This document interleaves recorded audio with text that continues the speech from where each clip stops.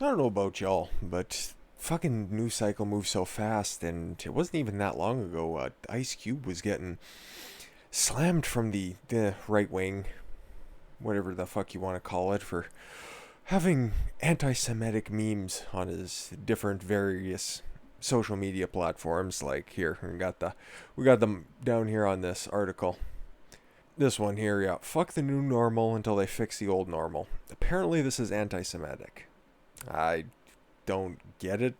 As far as I can remember back, in every single depiction, every single cartoon, the bankers always looked like that. They were just a bunch of crusty old white guys, but apparently this is all anti-Semitic shit. I don't fucking know. I'm just thinking out loud. Ice Cube probably seen this, probably thought, oh, okay, a bunch of bankers. Oh yeah, there's some black people here. There's also, yeah, some white people probably. Yeah, that guy might be Hispanic. So yeah, fuck it, we'll put it out there. That's the message I'm pushing right now, because when he posted that, yeah, June 6th, guess what? All the Black Lives Matter shit was just kicking off. So this would have been a hot take at the time, and it didn't really age well even in the minute, because people immediately is like, oh my god, it's got the Illuminati in there. It's going to be some anti-Semitic shit. And it's just overthinking and underthinking, I guess. Maybe. I don't fucking know. I'm not going to drag him too hard for that. That's kind of stupid. And then this one here, of course, then you'd upset the unhinged nature of mainstream media when you put the media is complicit, hashtag treason, and then it's got that forbidden mark right there at the end. Stop it. I don't know what the fuck forbidden mark is. It's just a true statement. Again, just seeing something there, and it's like, okay, that forbidden mark is probably just completely unrelated, and yeah, the media is complicit, and based on what we've been seeing in the past 48 hours, yep, I totally agree with that 100%. And that was posted, what, 3 days later, and you didn't hear thought one in comparison. But you're probably asking yourself, Don, why the fuck are you dragging up some shit from the start of June? Christ almighty, we're halfway through October already. Which, stop and consider that. We're a little better than 10 months through 2020 already. Time flies when you're locked at home. No, Ice Cube, founding member of NWA, helped out President Trump on the Platinum Plan.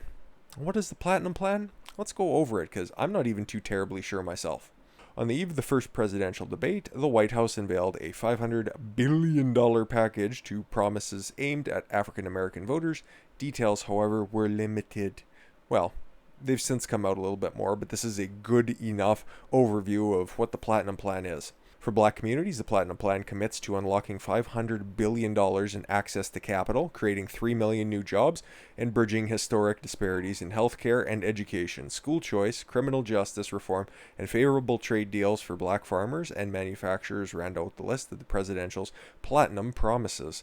The campaign pledges that Trump will make Juneteenth a national holiday if he is reelected, building on the credit that the president has taken for making Juneteenth very famous.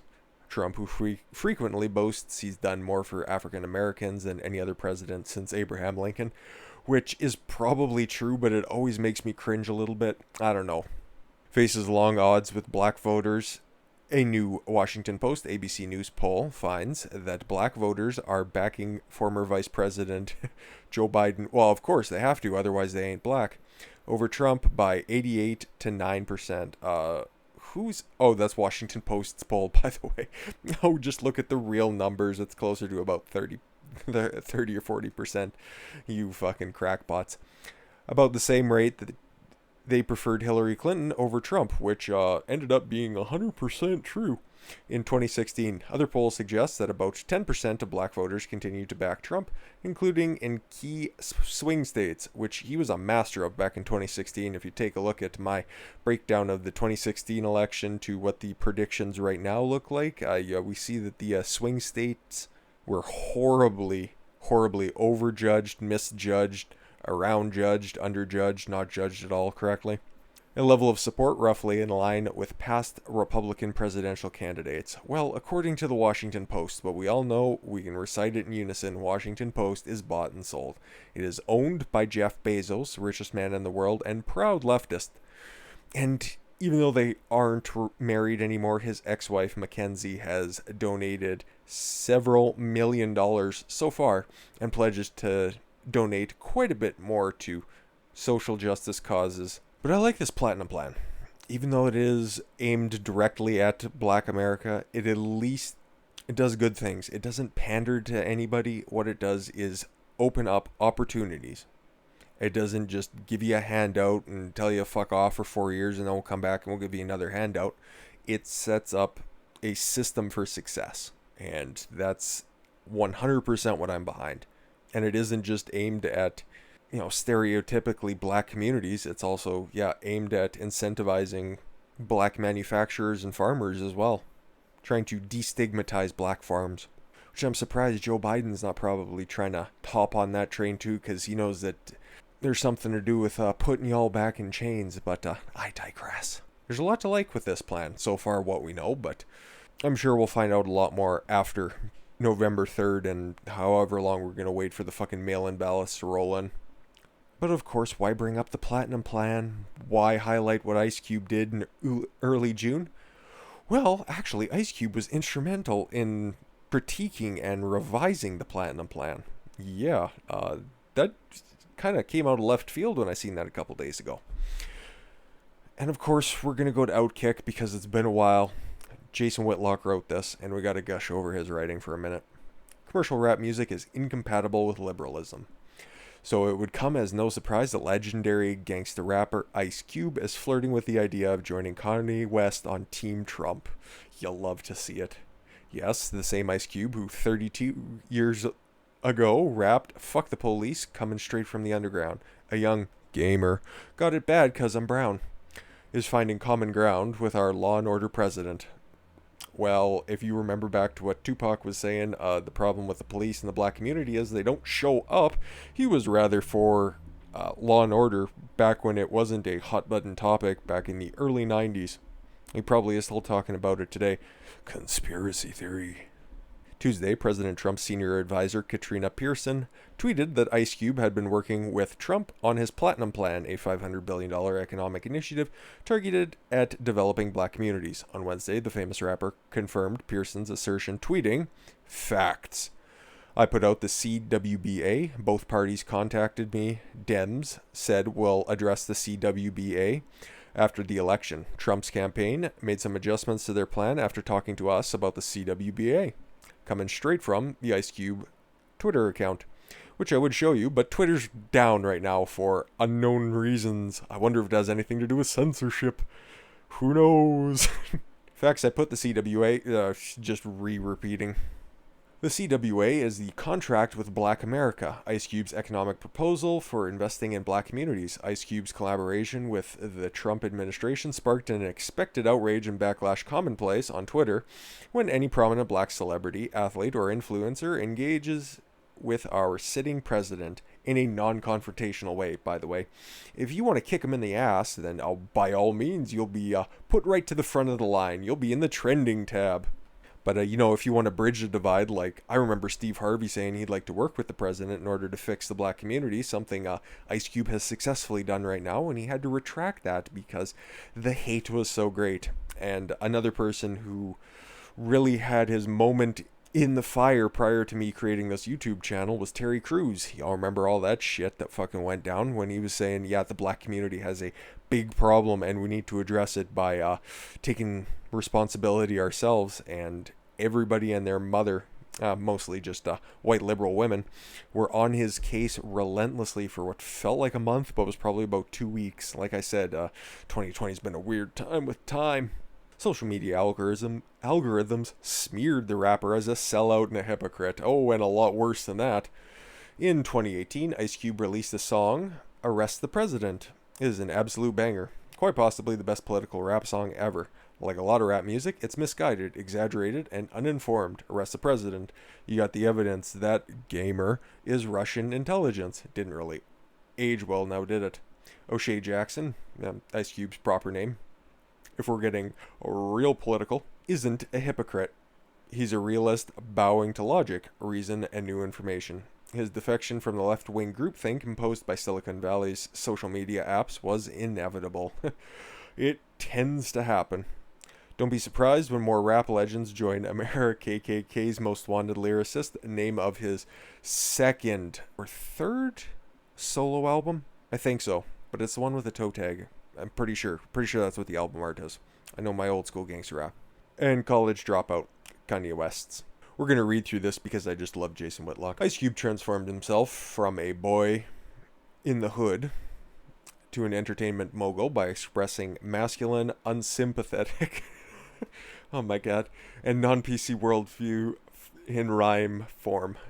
Dude, you listen back to all that old late 80s, early 90s rap, and it's all about getting paid. It's all about the hustle. And what about that says anything about a fucking handout?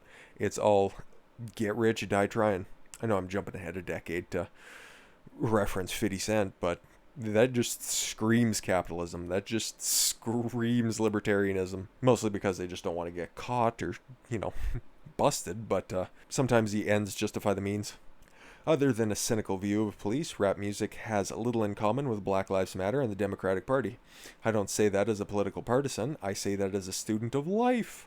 See, I didn't even read that, and I just explained everything that Whitlock just wrote there.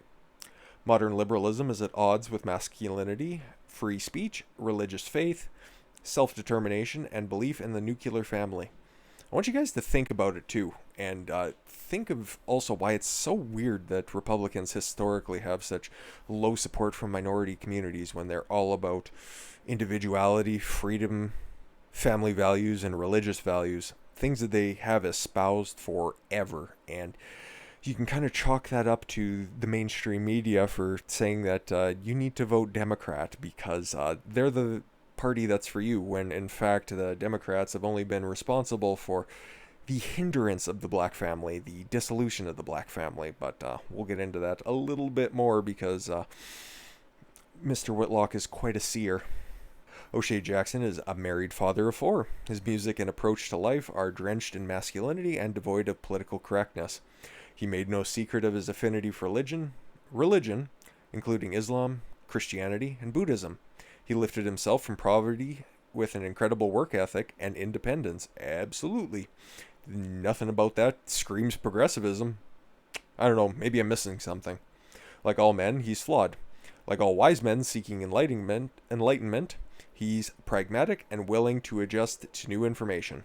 On Wednesday, he responded intelligently to a critic who expressed heartbreak that he would engage with President Trump. Oh, let's read this. Every side is the dark side to us here in America. They're all the same until something changes for us. They all lie and they all cheat, but we can't afford not to negotiate with whoever is in power, or our condition in this country will never change. Our justice is bipartisan. I fucking love that. There is no identity politics in that. That is a brilliant endorsement of the First Amendment. Speaking truth to power, using your platform for a great message. That yes, you should be questioning authority. Yes, you should be trying to make your situation better. But complaining endlessly in your echo chambers or just shrieking at the sky is not going to make anything better. You have to work for it. I knew I was making the best decision I could make by being an NWA fan. And shout out Go to Church, one of his best late 2000s outputs. Just to show you that I'm not a Fairweather fan. Thursday morning, he followed up that tweet with more pragmatism and wisdom. Black progress is a bipartisan issue. Absolutely. When we created the contract with Black America, we expected to talk to both sides of the aisle. Talking truth to power is part of the process. But one side wanted to take immediate action, and one side wanted to wait until after the election. Guess what? Whoever wants to step up to the plate is going to get fed. And Trump, for being slammed as not slammed because he isn't, being smeared as being racist, sexist, xenophobic. I know that's the second time today I've used that. It's just patently untrue if you just look at what the fuck he's doing. If you'd listen to your alphabet soup networks, or you just peer in the trending tab, you wouldn't get the perfect story. All you'd get is rebuttals from places like the Washington Post saying that, in fact, the New York Post doesn't do great journalism. We have grounds to dispute that. What are your grounds? We're the Washington Post. Shut up. Exactly. Look at what Trump's done. Historic low black unemployment, doing significantly better financially. And now more than ever, you have several black people running for prominent positions in government. You've got Kim Klacik in Maryland trying to run for Congress. In a previous video I did here, I think Sunday, for Giovanni Patterson, city council president in Baltimore. They are all about family values, individualism, and freedom. They all have great platforms that libertarians and Republicans can agree on, but because you're a sellout or you're an Uncle Tom, we're not going to listen to you if we're on the left. It's fucking bizarre. Identity politics only when it serves them. American black people are the only racial group who have allowed themselves to be defined by political ideology. Strict obedience to the Democratic Party imposed liberalism is a requirement for good standing in the black community. The requirement is insane. It is a requirement that now demands abandonment of virtually every religious principle traditionally taught in the church. It's a requirement that limits freedom of thought, that it appoints white liberals as our gods. Yup. If you ain't black, you ain't black if you don't vote for Joe Biden. Paraphrasing his legendary Charlemagne the God interview. White people, and every other racial group are free to embrace liberalism, conservatism, libertarianism, and political apathy. More than anything, artists and creators require freedom of thought and expression. A rapper who conceives the song Jesus Walks is eventually going to disconnect from modern liberalism. Same goes for a rapper who writes the song Express Yourself. It's no surprise Kanye and Cube want to make Black America free again. I love that. That is one of my favorite articles I think I've ever read. And I hope it is for you guys as well, because it explains the absurdity that exists in treating any group like a monolith, not understanding that there are individuals in it, and then when they are presented with the facts of both sides, they are free to choose whatever the fuck they want. And hey, if a bunch of black people want to continue to be Democrats, that is absolutely within your rights. If you want to switch over to the other side, by all means. And I've never seen a group of people get more hate than black conservatives. Regardless of gender, they get called some of the worst shit, and it's not even by their fellow African Americans. It's normally from, like I said before, white liberals who, I don't know, somehow feel like they're betraying their own community. Dude, the mind of the liberal white woman is fucking insane. I know, just when I shitpost on Twitter, the only time that I ever get a unhinged comment is always from that bizarre tribe of old hens. Perhaps they should just buy some peanut butter in bulk. That'll keep them busy for a while. Anyways, guys, appreciate your time. Hopefully you enjoyed this one. You learned a little bit more about the Platinum Plan. Yeah, might have a little bit more of respect for Ice Cube. And if you did all that, you might find out that today was a good day. I thank you all for the gift of your time. I've been Don Consuelo. I want you guys to follow your gut and get after it. Take care, everyone.